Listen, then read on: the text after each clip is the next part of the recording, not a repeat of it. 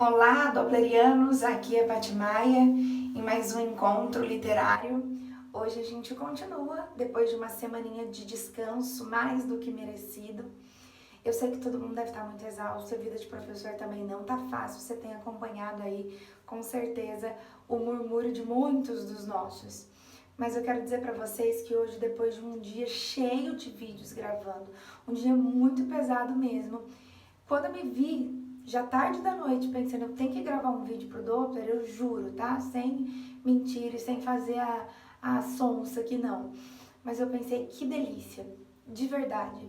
E que isso possa motivar vocês a ponto de vocês entenderem que o que vocês estão fazendo, que é muito doloroso, que é muito custoso e penoso nesse momento, vai reverter naquilo que um dia vai ser a rotina de vocês. Ou seja, vale a pena trabalhar com aquilo que se ama, porque as coisas todas se tornam mais leves, se tornam mais prazerosas. Eu imagino, né, professora, sua vida deve ser realmente maravilhosa, falando de literatura e lendo um monte de coisa. Mas eu juro, confesso pra vocês, gravando vídeo de madrugada, mas eu confesso pra vocês que de fato é, e eu quero te convidar a encontrar comigo esse caminho. Hoje, como a gente sempre faz, eu quero organizar o nosso roteiro para vocês entenderem de onde nós estamos partindo e para onde nós vamos nessa aula. Vamos lá, dar uma olhadinha então no material. Para organizar então o nosso roteiro, na aula 22, a gente terminou o romantismo e hoje a gente começa a aula 23. Pessoal, o conteúdo da aula 23/24 aí, porque na 24 vai começar a falar de realismo no Brasil e hoje a gente só vai falar de realismo em Portugal. Então, em resumo, hoje o foco da nossa aula é esse conteúdo da página de vocês 51, tudo bem? A gente começa aqui sobre realismo em Portugal, vamos falar um pouquinho aí sobre as correntes filosóficas, sobre esse autor, que é o nome aí do realismo em Portugal, que é o Eça de Queiroz, o contexto histórico, quais foram aí os marcos importantes desse momento, ok? Então, para vocês se organizarem, apostila 2, né, página 51. Vamos lá? Agora que a gente já conheceu, assim, didaticamente, né, já entendemos o roteiro de onde nós estamos partindo até onde nós vamos nessa aula, a gente vai, de fato, começar a estudar essa escola literária, que é o realismo. Pessoal, a primeira coisa é sempre entender o contexto daquela época. A gente está falando de um marco inicial muito próximo do romantismo, que é essa escola literária que a gente acabou de ver. Estamos falando de 1865, quando uma questão intitulada de Bom Senso e Bom Gosto, ou também como questão Coimbra, traz à tona esse novo movimento que é lançado, que está em vigor na Europa e vai chegar aqui também no Brasil. Antes de falar da questão Coimbra, eu quero trazer à memória de vocês o quanto nós estamos próximo temporalmente do romantismo. Vocês se lembram que quando a gente estudava o trovadorismo, por exemplo, do trovadorismo para a próxima escola literária, a gente tinha uma mudança muito significativa de séculos. Aqui não. Aqui a gente tem um contexto histórico mudado não por séculos, mas só por décadas. Mas é importante que a gente entenda qual é o panorama desse período. Claro que além de todo aquele contexto muito próximo do romantismo, né, de todos os desdobramentos da Revolução Francesa, da Revolução Industrial, enfim, tudo aquilo que a gente já conhece, eu quero trazer, antes de falar da questão de bom senso e bom gosto, 3 palavras importantes, né? Todas elas que fazem parte das correntes filosóficas daquele momento. Então, o que está passando na cabeça das pessoas em 1865? O que passa na mente da sociedade naquele momento? E aí que eu falo para vocês dessas correntes filosóficas. Pessoal, as correntes filosóficas talvez vocês já tenham estudado aí em filosofia, sociologia, mas elas são fundamentais para a gente entender as obras. Então, eu vou aclarar um pouquinho aqui, caso vocês não se lembrem delas. Pessoal, vive então esse período do século XIX, na segunda metade do século XIX, um ideal, uma imagem, uma ideia de filosofias, de pensamentos da época, pautados em algumas verdades, em alguns nomes, em alguns filósofos. O primeiro que a gente tem que conhecer mais de perto é o darwinismo social. Bem provavelmente você já ouviu esse nome darwinismo, né? Desde a da história das girafas, pescoço comprido, pescoço curto, mariposa e tudo mais. Vocês sabem que eu manjo muito de biologia, né? Desde o emplasto de Gold, né? Que eu chamo de emplasto. Não é emplasto, né? É outra coisa. Como que é? Complexo de Gold. Ok, mas tudo bem. Sigamos. Desde esse momento que a gente vê lá na biologia o darwinismo, né, a reprodução dele aqui para a literatura no darwinismo social. Então vamos aclarar aí. Quando a gente pensa no darwinismo, lá da biologia, a palavra de ordem, né, a ideia central aí, o mote desse pensamento é a imagem de que os mais fortes sobrevivem, né? Os mais adaptados seguem, os menos adaptados morrem. Essa mesma ideia vai ser transposta aqui para a sociedade. De que maneira? De que os mais aptos vão sobreviver e os menos aptos, as pessoas que socialmente são menos aceitas, têm menos espaço, elas vão morrer no sentido de perder espaço.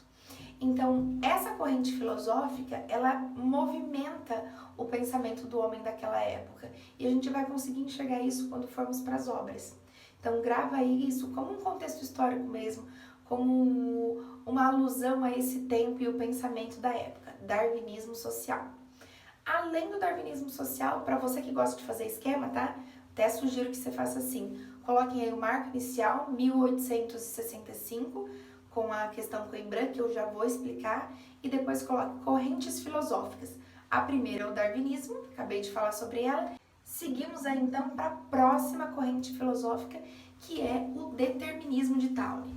Essa é mais famosa, vocês já devem ter escutado a ideia dela. Para quem não se lembra, o determinismo prega que nós somos produtos de 3 fatores. Nós somos produtos do meio, ou seja, onde nós vivemos, do contexto histórico, ou seja, quando a gente vive, né? Você que nasceu aqui, uma criança que nasceu em 2020 vai ser muito diferente de alguém que nasceu em 1930, que vai ser muito diferente do pensamento de quem vive em 1640, tô dando exemplos. Então, somos produtos dessas 3 coisas, do tempo, do meio, ou seja, onde vivemos, e da nossa genética. Esse pensamento vai defender e vai justificar alguns comportamentos. Então ele vai falar para você, ó, você só é desse jeito, só tem esse pensamento e só tem essas crenças. Por quê? Porque você foi criado em um ambiente determinado. Se você tivesse nascido na favela, você seria outra pessoa, você teria outros pensamentos. Se você tivesse nascido em 1600, você também teria outros pensamentos. E se você não tivesse a sua genética, você também mudaria. Pessoal, isso dá um pano para manga para a gente discutir horas e horas e horas. Inclusive, não sei se tem alguém aí que pensa em prestar direito, mas muitos advogados legitimam aí os seus argumentos, né, baseados no determinismo. Aquela ideia de que tem muito sentido uma pessoa assaltar uma casa se todos os dias ela desce do morro para ir por uma bica lavar roupa e ver uma casa com uma mansão gigantesca que nunca foi usada. Então, o meio transformou essa pessoa a esse ponto, né? E é difícil a gente pensar, né? Eu não sei qual seria aí a sua opinião. Você acha que de fato você seria diferente se você tivesse nascido em outro contexto? Em outro meio, em outro tempo, com outra genética ou não? Você acha que não é o espaço que mudam as pessoas, mas as pessoas em si que se constroem dentro dos espaços? Enfim, não é o momento dessa discussão bem filosófica para a gente acender um incenso e ficar aqui horas e horas conversando, mas é um momento importante da gente aproximar essa corrente logo mais das histórias que nós vamos conhecer. Já falamos de darwinismo social, determinismo e o positivismo do Comte, a ideia de ordem e progresso, de empirismo, de provar as coisas, de que as coisas têm que ser cientificamente testadas, vão ser muito fortes nesse momento. Até por isso, a gente tem aí nessa época nossa bandeira nacional, né? Com o que a gente tem aí nesse marco da nossa bandeira em ordem e progresso. Princípios aí do positivismo.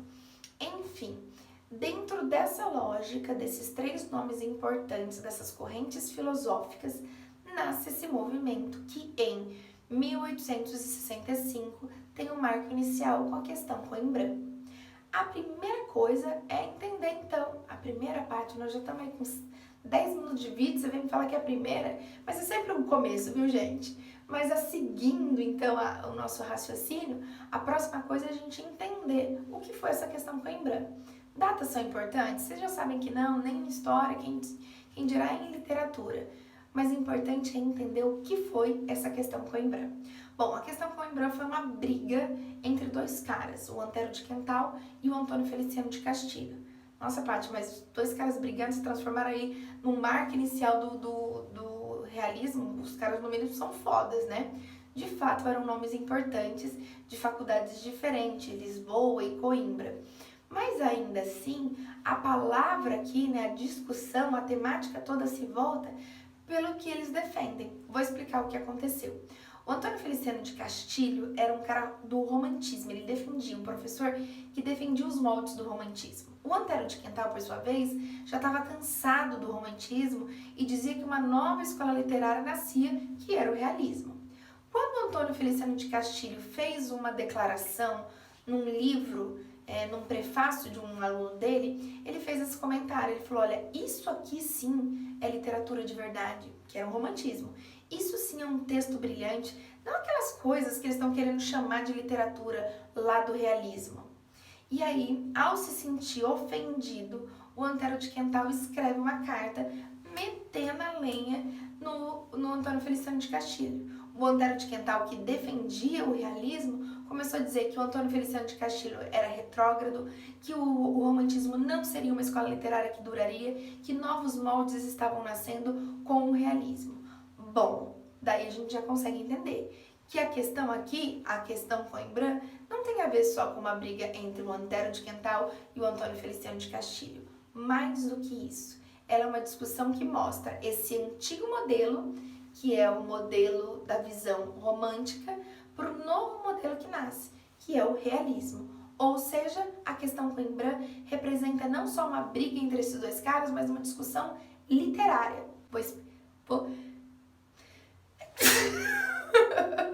Muito bom, gente, muito bom. Seguindo. Deu para entender o que é a questão Coimbra? Finalizadas com esse espirro? Uma briga literária entre o Antônio Feliciano de Castilho e o Antero de Quental, que representa mais do que isso. Representa uma briga entre o romantismo e o realismo. Tudo bem, gente? Estamos amparados? Vamos dar uma olhadinha aí nessa carta para entender mais de perto o que foi essa questão Coimbra. Como eu disse, trouxe aqui para vocês nessa carta intitulada aí Bom Senso e Bom Gosto, né? Vejam só o que o Antero de Quental escreve, tá? Acabo de ler um escrito de Vossa Excelência, onde a propósito de faltas de bom senso e bom gosto, se fala com áspera censura da chamada Escola Literária de Coimbra, que é o realismo. E entre dois nomes ilustres se cita o meu, quase desconhecido e, sobretudo, desambicioso.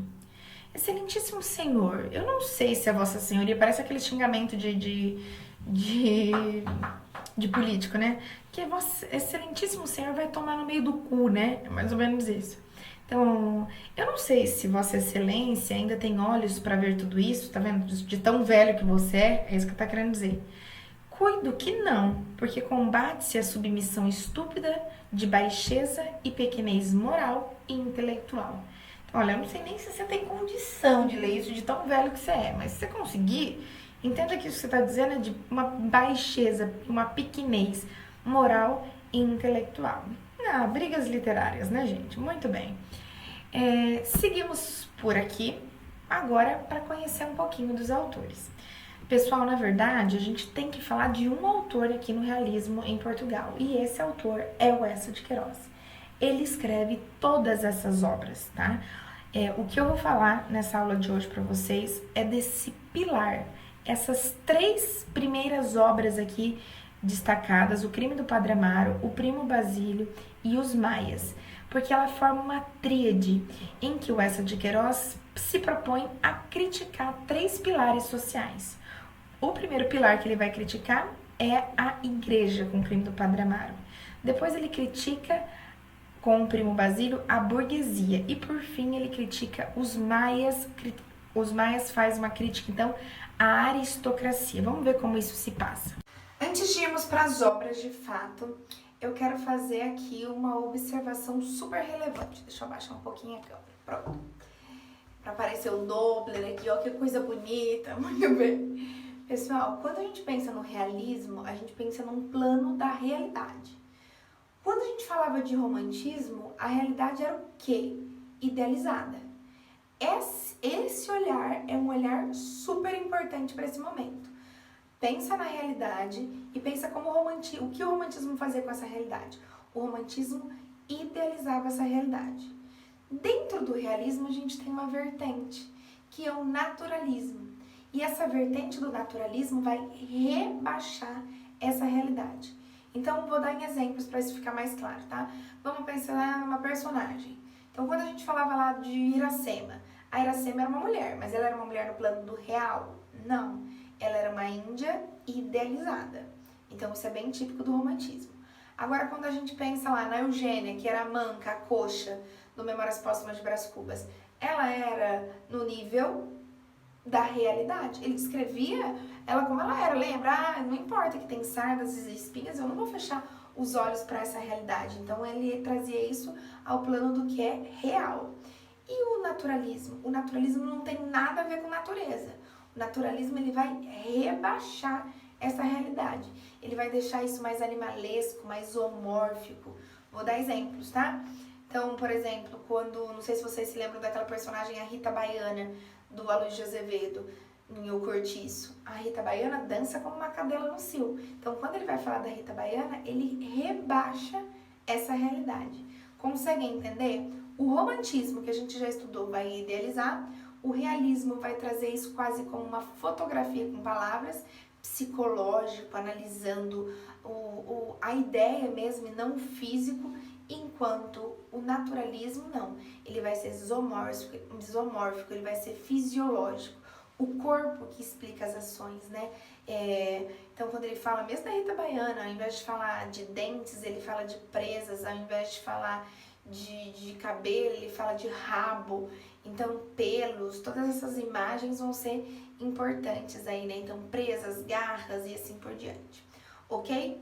Entendido esse primeiro ponto, nós temos que pensar que em Portugal o realismo e o naturalismo acontecem juntos na imagem do Eça de Queiroz, enquanto aqui no Brasil o realismo e o naturalismo aparecem separadamente na figura do Machado de Assis e do Aloysio de Azevedo. Organizaram isso aí no seu caderno, no seu esquilito aí com aquelas canetinhas baratinhas Stabilo, né? Acho que chama, de 200 cores.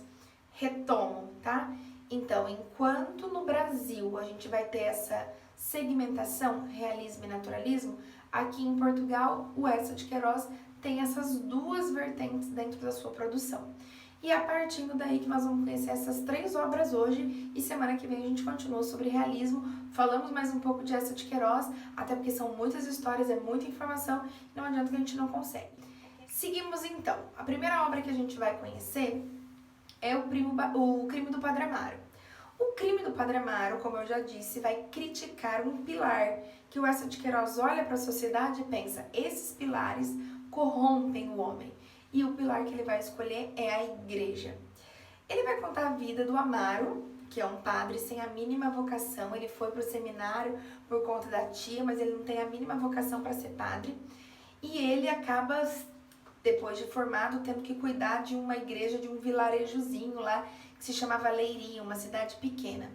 Quando ele vai para essa Leiria, né, uma cidadezinha lá de Portugal, a primeira coisa que ele chega, ele percebe que tem algumas coisas diferentes ali naquela cidade. Então, o cônego dali tem meio que um mexerico com uma mulher, quando na verdade ele não podia ter, afinal de contas fez o voto aí do celibato. E justamente nesse contexto, na casa dessa mulher que o ajuda, que o recebe, ele se apaixona por uma personagem que é a Amélia. Só que pausa sobre essa paixão. Lembram dos amores lá do romantismo em Portugal? Do lencinho, do Eurico Presbítero que se fantasiava, enfim, todas aquelas histórias de amor exagerado. Aqui a gente não vai ter isso. Aqui não tem aquela paixão de amor, tem uma paixão de desejo. Ele olha para aquela menina que é tipicamente uma beata, coroinha, estava sempre na igreja, ajudava o padre, enfim, e ele começa a ter uma atração por ela. E a Amélia também começa a ter atração por esse padre. E ela, inclusive, fica tentando o padre. Então, tem cenas, por exemplo, que ela vai se confessar e aí ela fala, olha, padre, eu tive um sonho e um sonho era muito quente. Eu tava fazendo tal coisa com uma pessoa que eu não poderia, porque essa pessoa nunca poderia ficar comigo. O padre entendia que o sonho dela tinha a ver com ele, com o Amaro. E ao invés de cortar isso, não. Ele falava, então me conta um pouco mais sobre esse sonho, para eu saber o que eu tenho que te falar depois. E aí dentro da própria igreja, vejam como isso é naturalista. Eles vão ter essa visão próxima aí do desejo, dessa questão zoomórfica que eu já disse. Seguimos, tá? Porque a história ainda piora, se vocês estão achando isso aí pesado. A Amélia e o Amaro não podem, obviamente, ficar na frente de todo mundo. Então eles armam um plano, eles falam que eles vão evangelizar as pessoas e eles vão de casa em casa visitando essas pessoas até que ele vai visitar a casa de uma criança doente. Inclusive a criança não tem uma fala desenvolvida.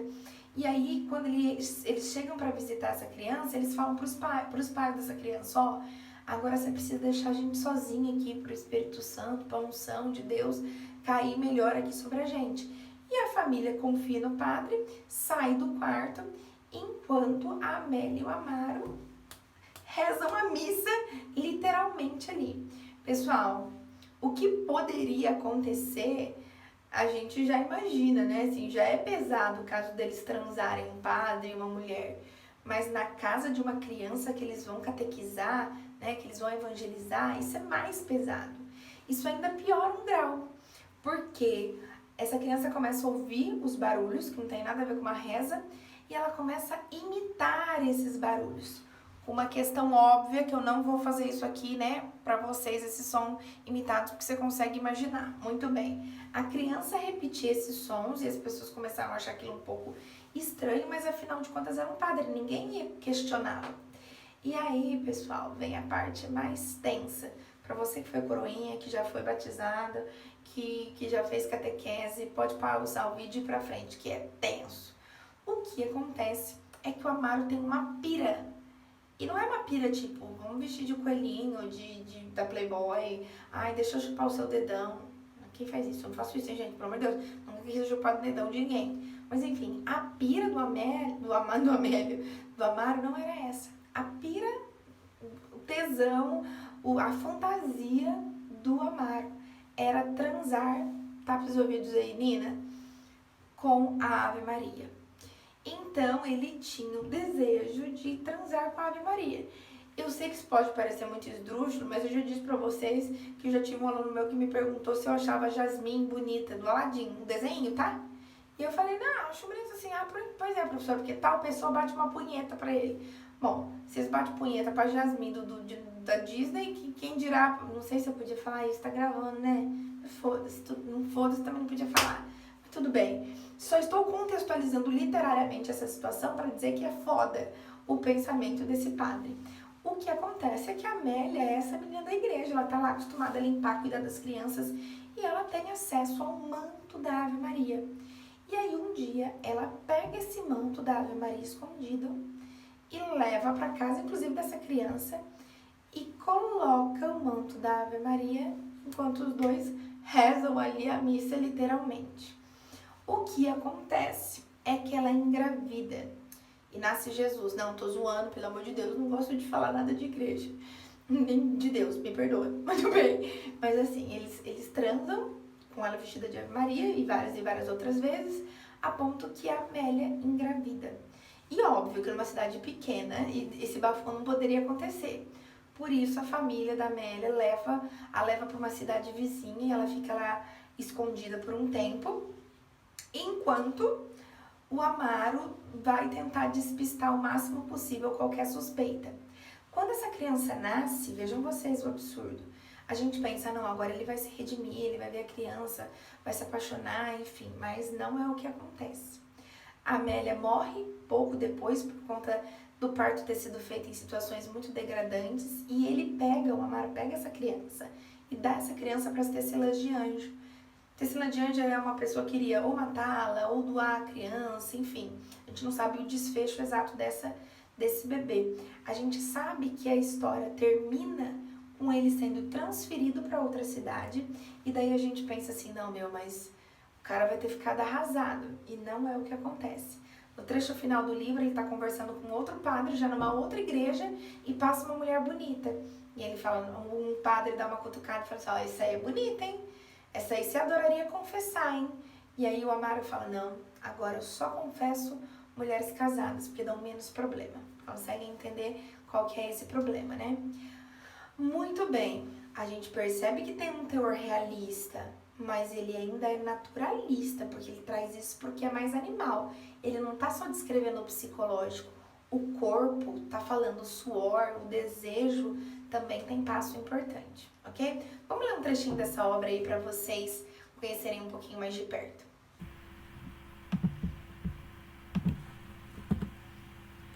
Esse trecho aqui, pessoal, que eu trouxe, deixa eu ver. Tem muita parte boa aqui, ó. Mas olha só essa parte, tá? A santidade que o manto é a parte que ele tá botando o manto. Adquirida no contato com os ombros da imagem, penetrava de uma voluptuosa beata. Um fluido mais doce que o ar da terra envolvia. Fazia-lhe passar no corpo a carícia do éter do paraíso. Parecia-lhe ser uma santa no ador, ou mais alto no céu. Amaro babava-se para ela. Oh, a filhinha, és mais linda que Nossas Senhoras. Ela deu uma olhada viva ao espelho. Era de certo linda. Não tanto como Nossa Senhora, mas cora o seu rosto tringueiro e os lábios rúbios, iluminado por aquele rebrilho de olhos negros, como se estivesse sobre o altar. Então, ele está comparando ela à Ave Maria, né? Com cantos ao órgão e um culto sussurrando em redor, faria palpitar bem forte o coração dos fiéis. Tipo, se ela fosse a Ave Maria mesmo, a igreja ia estar lotada, né? A Mara então chegou-se, pôs por detrás dela, ela já está com o manto, cruzou-lhe os braços sobre o seio e apertou-a toda. Estendendo os lábios por sobre o dela, deu-lhe um beijo mudo, muito longo. Os olhos de Amélia cerraram e a cabeça inclinava-se para trás, pesada de desejo. Os beiços do padre não se desprendiam, ávidos, sorvendo-lhe a alma. A respiração dela apressava-se, os joelhos tremiam-lhe, e com um gemido desfaleceu sobre o ombro do padre, decorada e morta de gozo. Tenso. Muito bem. Mas endireitou-se de repente, fixou Amaro, batendo as pálpebras como acordara de muito longe, uma onda de sangue escandalizou o rosto. Oh, Amaro, que horror, que pecado. Deu primeiro para depois falar que era pecado, não é bem a gente que faz a cagada e depois pede, oh Deus, me perdoa, será que isso aqui que eu fiz é pecado? Tolice, disse ele. Tenso, né, gente? Para a gente só fechar essa parte aqui, ó, olha no finalzinho aqui, é o final do livro mesmo essa parte. Ó. Então, juntos dele passaram 2 senhoras, uma já de cabelos brancos, de um ar muito nobre, e a outra uma criaturinha delgada e pálida, já uma menina novinha, tá vendo? De olheiras batidas, os cotovelos agudos e colados a uma cinta de esterilidade. Não viu o que tá escrito aqui? Enorme vestido, cuia forte, tacões de palma. Olha o que um padre fala, cáspite, né? Disse o cônego baixo, tocando o cotovelo no colo do padre Amaro, ou seja, deu uma cotoveladinha no padre, né? Aquilo que você queria confessar. Já vale tempo, padre mestre, disse o paroco rindo. Já não confesso, se não casadas. Safado! Muito bem, gente, deu pra sacar a ideia aqui dessa obra, sim? Gente, parei um minuto, comi uma paçoca, tomei um copo de chopp e agora eu tô aqui, ó, pistola. Muito bem. Não é mentira não, tá? A paçoca eu posso mostrar, o chá não sei se eu posso, né? Muito bem, muito bem. Vamos lá, gente. Seguindo então, depois de O Crime do Padre Amaro, a gente tem o Primo Basílio. Vai ter essa mesma onda naturalista, mesma onda de uma crítica aí ao casamento, mas agora num outro pilar, que é o pilar da burguesia. Bom, a história que se passa aqui é entre o Basílio, que é esse primo, a Luísa e o Jorge. A Luísa é uma típica burguesa, uma mulher que está acostumada a deitar nos divãs e passar o dia lendo livros românticos como A Dama das Camélias. Enquanto a Juliana, uma empregada de casa, cuida de tudo, enquanto ela tem uma cozinheira, tem uma moça que passa, uma moça que lava, enfim, uma organização imensa só por conta dela. O livro começa quando eles estão voltando de um teatro e aí o Um amigo fala, nossa, é um absurdo um teatro desse em que o homem foi traído e ele perdoa a mulher. E aí o Jorge é o primeiro macho alfa em falar, imagina, se eu fosse traída eu nunca perdoaria de maneira nenhuma, Luísa. Muito bem, essa história que parece inicialmente mais trivial do que qualquer outra, vai ser super importante para o desfecho da obra. Vejam o que acontece. A Luísa reencontra o primo muito tempo depois, e ela, que era sempre aquela menininha, cocotinha, agora, para os olhos do primo, já tá uma mulher feita, inclusive casada. E aí esse Basílio, que é um cara muito do safado, começa a cortejar a primo o tempo todo. A Luísa, a princípio, ela fica com um pouco de insegurança. Ai, meu Deus, será que eu traio? Será que eu não traio? Ela até pede uma ajuda pra amiga, e a gente é bem assim, né? A gente liga pras amigas que a gente sabe que o que vai responder. Pra aquela que vai dar uma resposta que você não quer, você nem liga. Mas pra aquela que você sabe, ela vai falar, mete o louco, faz mesmo. Aí você liga pra ela. É o que a Luísa faz. Ligou pra uma amiga dela, Leopoldina, ela fala, não, manda bala. E ela o faz. E aí, ela começa a ter um caso com o primo, porque o marido, o Jorge, ele viaja muito tempo. Várias vezes ele não tá em casa. Só que aí eles começam a se encontrar num lugar escondido, porque, obviamente, a Luísa tá com um pouco de medo de ser encontrada, né? Por alguém. E aí é muito engraçada essa cena, porque eles ficam trocando cartas, e quando o Basílio escreve essa carta dizendo que eles vão se encontrar num lugar escondido, a Luísa se sente a própria personagem desses romances que ela tá lendo. Nossa, é um príncipe do cavalo branco que tá vindo aqui me salvar e me levar para uma vida muito melhor do que essa monotonia que eu tenho vivido aqui nessa casinha, nessa vidinha burguesa. Só que é engraçada essa cena, porque ela sai achando e lembrando dos castelos de Cinderela, dos palácios, dos encontros na floresta escondida, achando que ela vai parar num castelo mesmo. Só que quando ela desce do carro, do táxi, ela sente o cheiro do esgoto. Então é interessante a cena, porque ela tá esperando uma coisa e a hora que ela sai do carro, é um motelzinho de quinta categoria, na verdade é um hotelzinho, né, de quinta categoria, e ela meio que fica ali broxada com aquela situação, mas encontra o primo e mantém muito tempo aí essa relação. O que acontece é que a Juliana, essa empregada da casa, tá muito esperta com toda essa movimentação e começa a guardar todas as cartas que a Luísa joga no lixo. E aí, um dia que a Luísa tá puta com a Juliana, porque ela não arrumou a cama, porque ela não fez o serviço dela direito, e ela vai dar uma bronca na empregada, né, na Juliana, a Juliana fala, olha, eu acho que se eu fosse você, não falaria assim comigo, não. A Luísa fica doida, o quê? Você tá querendo me dar ordem? Você que é minha empregada? Na rua, você tá na rua. Nossa, eu tô bem interpretativa, né? Tô bem novela mexicana. Mas enfim, ela vai despedir a Juliana. Só que a Juliana fala, olha, não, se eu fosse você eu não faria isso. E mostra todas as cartas que ela tem guardada como uma chantagem. E, gente, o mais tenso dessa parte é que a Juliana não quer só o dinheiro da Luísa, ela não quer uma recompensa só. Ela quer viver a vida da Luísa. Então ela vem trabalhar, mas aí a Luísa que lava, passa, cozinha, enquanto ela fica deitada, lendo os livros, como a Luísa fazia. E aí ela vai exigindo coisas da Luísa, né? Então assim, por exemplo, olha, eu quero um espaço maior para eu dormir, porque eu não posso dormir com essa preta que dorme comigo, é o que ela diz, porque ela tem a cozinheira que é uma negra, e aí ela pensa, não, eu não posso dormir com ela é muito fedorenta, olha o absurdo.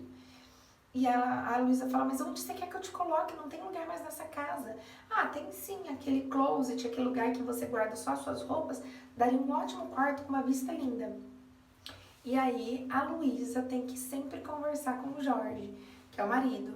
Só que ela sempre fala pro Jorge como se a Juliana fosse uma coitadinha. Olha, amor, coitada, tá muito apertado pras duas lá, vamos trazer uma aqui pra dentro. E aí o Jorge, tonto, pensa, nossa, casei com uma mulher boa de coração. Como ela é boa, mas não tem nada de boa, ela tá sendo chantageada. Resumo da história é que essa chantagem acontece um tempão e a gente vê todo esse olhar naturalista e crítico aí do Essa de Queiroz nessa história, até que um momento a Luísa não aguenta mais e ela vai pedir ajuda para um amigo. Inclusive ela antes vai quase ter uma cena que ela transa com um cara, que ela vai transar, né? Ela não chega a transar, para receber dinheiro. Uma amiga em comum que sempre achou ela muito bonita, ajudada inclusive por essa amiga que a incentivou a trair, essa amiga falando, olha, eu arrumo um cara que vai te pagar e aí a gente dá esse dinheiro pra Juliana e ela vai sumir. Mas na hora que a Luísa vai lá pro abate, digamos assim, ela desiste. E aí ela sai correndo da sala e desiste daquilo. E aí ela acaba pedindo ajuda pro Sebastião, que é um amigo em comum, e o Sebastião, que é meio do mundo aí, policial, vai dar um susto na Juliana. Só que no meio desse susto que ele vai dar na Juliana, ele não tinha intenção, mas a Juliana acaba morrendo mesmo. E aí a Luísa, a gente pensa, bom, agora ela vai se dar bem, porque a Luísa já estava muito debilitada, ela não estava acostumada a viver aquela vida triste, aquela vida de trabalho, aquela vida corrida, ela estava acostumada com uma vida de cocotinha, né? Então ela já está bem adoentada mesmo. Acontece que depois da Juliana ter morrido, a Luísa tá lá mal na cama ainda, se recuperando, na verdade ela já estava quase melhor, até que o Basílio manda uma carta e quem abre essa carta? O Jorge, o marido. Ele abre a carta pensando que é o primo querendo saber notícias sobre ela. E aí na carta o primo Basílio fala que sentia saudade dos encontros e vai contando tudo. E aí o Jorge se vê numa situação absurda. O momento que a Luísa tá se restabelecendo, ele quebra o pau com ela e aí ela volta a ficar debilitada. Ela vai estar tão adoentada que ela morre. E vejam como a morte dela é simbólica aqui nesse sentido. Porque o Jorge, diante dela, diante daquela situação de que ela está quase morrendo, ele fala, não morra. Por favor, eu te perdoo, eu só quero ter você pra mim, eu não quero que você morra, não quero que você sofra mais. E aí aquela cena do teatro volta à tona, porque ele acabou de falar que nunca faria isso. E é justamente o que ele tem feito aqui. Conseguem entender? Pessoal, basicamente é isso. Eu me lembro perfeitamente do ano passado, que tem um filme breguíssimo, mas maravilhoso, que o Fábio Assunção é o Basílio. E aí, filha, a gente punha os Fábio Assunção... Ih, não pode falar isso, né? Literalmente importante. A gente botava a bunda do Fábio Assunção lá aparecendo nas cenas, pra fazer uma análise, né, gente? Aqui, ó, dando aquela analisada ali no literário, na potencialidade literária, se é que vocês me entendem, do Fábio Assunção. Mas foi muito engraçado. Prometo que assim que a gente voltar, a gente faz uma retomada e fala, Paty, eu não tava entendendo muito bem aquela parte do primo Basílio. Não tem problema, gente. A gente aproveita seguindo daí e a gente retoma isso junto, porque foi uma risada imensa no ano passado. Tudo bem? Acho que ficou claro? Vamos dar uma olhadinha no texto também para fechar essa segunda obra de hoje. Peguei um trecho aqui, ó, que a Juliana tá falando sobre as cartas com a Luísa. Olha só. Então você ainda não arrumou o quarto? Gritou Luísa. Então assim, né? Então você não arrumou o quarto? Que péssima, gente. Gritou Luísa. Juliana estremeceu aquela cólera inesperada. Estava agora, minha senhora. Que estava agora, vejo eu, rompeu Luísa. São 3 horas da tarde e ainda o quarto tá nesse estado. Tinha tirado o chapéu, a sombrinha tava puta porque o quarto não tava arrumado. Tipo mãe, né? Quando entra no teu quarto, a cama tá bagunçada. Como a senhora costuma vir sempre mais tarde, disse Juliana. Que lhe importa que horas eu venho? Que tem você com isso? A sua obrigação é arrumar logo. Que me levante. E não querendo rua, fazem-lhes as contas. Ou seja, se você não quiser, então fora. Juliana fez-se escarlate, ou seja, puta de raiva, e cravando em Luísa os olhos enjeitados. Olha, sabe que mais? Eu não estou aqui para aturar. E arremessou violentamente a vassoura. Saia! Berrou Luísa. Tô bem, né, de interpretação, gente. Saia imediatamente. Nem mais um momento em casa. Juliana pôs-se diante dela, com as palmas convulsivas no peito, a voz rouca. Hei de sair se eu quiser. Se eu quiser. Joana é a negra que ajuda a Luísa. Brandou Luísa. Queria chamar a cozinheira, um homem, uma polícia, alguém. Mas Juliana, descomposta, com o punho no ar, toda a tremer. A senhora não me faça sair de mim. A senhora não me faça perder a cabeça. E com voz estrangulada através dos dentes cerrados. Olha que nem todos os papéis foram pro lixo. Luísa recuou e gritou. O que você diz? Que as cartas que a senhora escreve aos seus amantes, tenho-as eu aqui. Tan, tan, tan, tan, né? Tana, tana. Ih, eu ia cantar aquela musiquinha dos africaninhos lá com o caixão, mas não soube o ritmo. Mas enfim, deu pra sacar a ideia, né? Aí, agora sim. Pessoal, os maias vai contar a história de uma geração aí, de aristocratas. É a última vertente que o Eça de Queiroz vai criticar, tá? Vai contar dessa casa, que é a casa dos Ramalhetes. Me lembrei aqui, tava tentando lembrar o nome e me lembrei. Deixa eu tomar uma aguinha aqui. Um segundo. A casa dos Ramalhetes é uma mansão que vivem aí essas gerações dos maias. O Afonso é o patriarca dessa família e ele tem um filho que é o Carlos. Deixa eu aumentar aqui. Aliás, gente, fica até como uma referência, deixa eu abrir aqui um pedacinho pra vocês. Teve uma minissérie da Globo que ela falou de Os Maias. Ela fez a história original mesmo do Eça de Queiroz. Inclusive a Ana Paula Orosi era a protagonista. E ela foi Os Maias não, né? Os Maias. Aqui, ó, tá vendo 3 horas e tanto, mas vale a pena aí. Vou deixar rodando aqui sem som, mas só pra gente contando a escola, que é a casa dos Ramalhetes. Muito bem. Nessa história, então, o Afonso é o avô e ele tem um filho que é o Pedro da Maia. O Pedro da Maia é um típico romântico, é um cara sensível, apaixonado, inclusive que se apaixona por uma mulher que tem um espírito solto, que é a Maria Monfort. Ele encontra numa tourada e ela é uma mulher muito sensual. E ele quer porque quer se casar com ela, embora o avô não goste muito dessa ideia, não. E nem a própria Maria Monfort. Ela acaba engravidando do Pedro e ela fica grávida, inclusive, de gêmeos. Só que ela não é uma mulher feita para criar raízes, ela quer viver, ela não quer ficar lá trancafiada, sobretudo numa mansão dessa em que ela não vai poder ser ela mesma. E aí, quando a Maria Monfort tem os filhos, ela acaba deixando o menino na casa do Dom Afonso, né, para ser cuidada aí pelo pai, pelo Pedro, e ela leva a menina com ela. E aí, o Pedro se enlouquece, assim, de amor, de perder a mulher que ele ama e tudo mais. E ele acaba se matando. Disse tudo isso por quê? Porque o protagonista dessa nossa obra é o Carlos da Maia, o filho mesmo, que não vai ser cuidado pelo pai, que agora se matou, mas vai ser cuidado pelo avô, que é o Afonso da Maia. Pra gente seguir por aqui, então, o Pedro da Maia morre e deixa aí esse filho, que é o Carlos, protagonista dessa história. O Carlos nunca precisou trabalhar, né? Ele é de uma família aristocrata, então ele vive a melhor boemia que se podia pensar da Europa. E aí, uma dessas andanças dele, ele encontra uma mulher lindíssima, com traços inclusive muito delicados, e ele se encanta por ela. E aí um amigo fala, olha, aquela mulher é casada, então melhor você não mexer com ela não, porque isso não vai dar certo. Mas ele tá tão, de fato, apaixonado por ela, encantado com aquela beleza, que alguma coisa o puxa pra ela sem que ele consiga saber o que é. E aí ele vai fazer de tudo pra ficar com ela, e inclusive quando ela acaba cedendo a esse romance, o suposto marido encontra o Carlos e fala, olha, você tá achando que você roubou minha esposa, mas você não roubou minha esposa. Ela não passava de uma prostituta de luxo. Eu pagava pra tê-la comigo, agora quem vai pagar vai ser você. Mesmo assim, ele não abriu mão dessa mulher que é a Maria Eduarda, uma mulher lindíssima.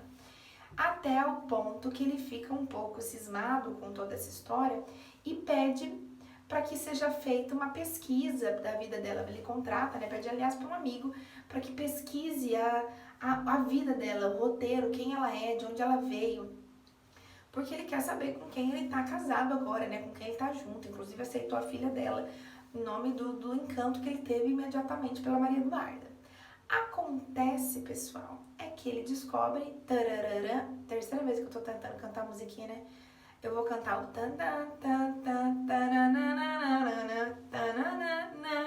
era essa que eu tava tentando cantar aquela hora. Tudo bem. Mas eu cantei aquela não, essa é a festa no AP. Eu cantei aquela da traição lá. Ah, whatever, isso não vai cair na FUVEST, né? Idiotices. Voltemos. Até que ele descobre o quê? O quê? O quê? Ele descobre que a Maria Eduarda nada mais é do que a irmã dele. Sim, pasmem. Os meninos me entendem, dizem que bater punheta pra irmã do Jasmine pode, mas pra irmã não pode. É um absurdo. E ele tava transando com a irmã, ou seja, ele tava cometendo incesto. Até então, era um incesto não consciente, afinal de contas ele não sabia que ela era irmã. Meio justificável. Mas o problema, gente, é que ele tem a última noite de amor sabendo que a Maria Eduarda é a irmã. Ela não sabe ainda, mas ele, pelo desejo e motivado por tudo aquilo, bem naturalista, tá vendo? Ele acaba tendo essa última noite de amor. E aí, com toda essa situação e até pelo próprio desgosto, o avô morre. E quando o avô morre, ele tá muito mal, muito triste, a Maria Eduarda vai consolar e fala: você não tá bem, você não tá igual, Carlos, mas não se preocupe, eu tô aqui com você. O seu avô morreu, mas eu te entendo, se você precisar de apoio. E aí ele fala: não foi o meu avô que morreu, foi o nosso avô.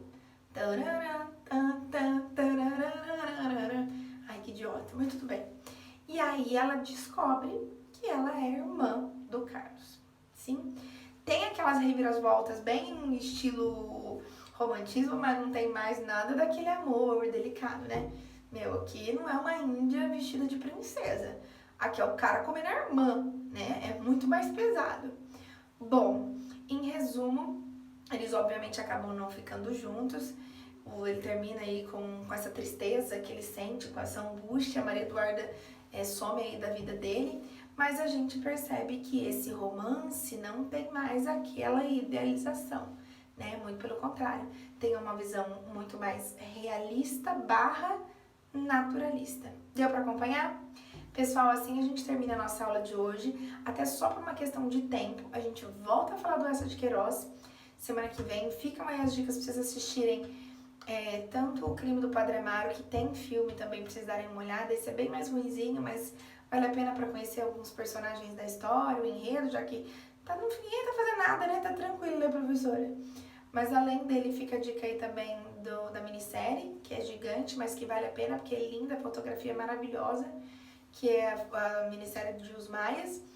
E também a bundinha do Fábio Assunção no Primo Basílio. Tudo bem, gente? Acho que essa é a parte principal da aula de hoje, conseguir entender essas 3 obras, entender as correntes filosóficas, entender que momento que nós estamos vivendo e entender a diferença entre romantismo, realismo e naturalismo. Tudo bem? Ufa, terminei meu dia. Vocês estão só começando, né? Mas logo menos a gente tem o nosso plantão, ficou disponível para vocês. Um beijo muito grande e até semana que vem. Tanana, não, tô zoando.